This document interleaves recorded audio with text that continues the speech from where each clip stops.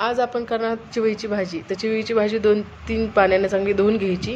त्याच्या अगोदर चांगली निसून वगैरे घ्यायची। एका कढईमध्ये तेल टाकायचं, त्याच्यामध्ये जिरे मोहरीची फोडणी द्यायची आता आपल्याला, आणि बारीक कांदा एक कट करून ठेवायचा, तो पण टाकायचा त्याच्यामध्ये, आणि थोडीशी मुगाची डाळ भिजू घालायची 15 ते 20 मिनिटं। ती पण आपल्याला छान लागते ह्या भाजीमध्ये, जर आवडत असेल तर टाकायला।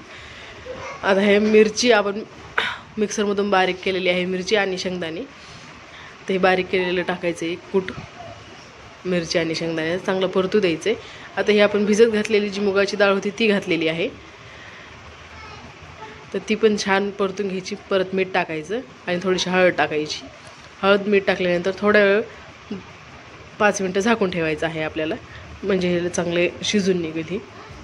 त्याच्यानंतर चिवईची भाजी आपण धुतलेली आहे तर ती मिक्स करायची, त्याच्यामध्ये चांगली परतून घ्यायची। आता हे जे देठं वगैरे चांगलं शिजण्यासाठी आपल्याला झाकून ठेवायचं आहे। तर झाकून ठेवल्यानंतर हे बघा भाजी कशी झाली आहे छान।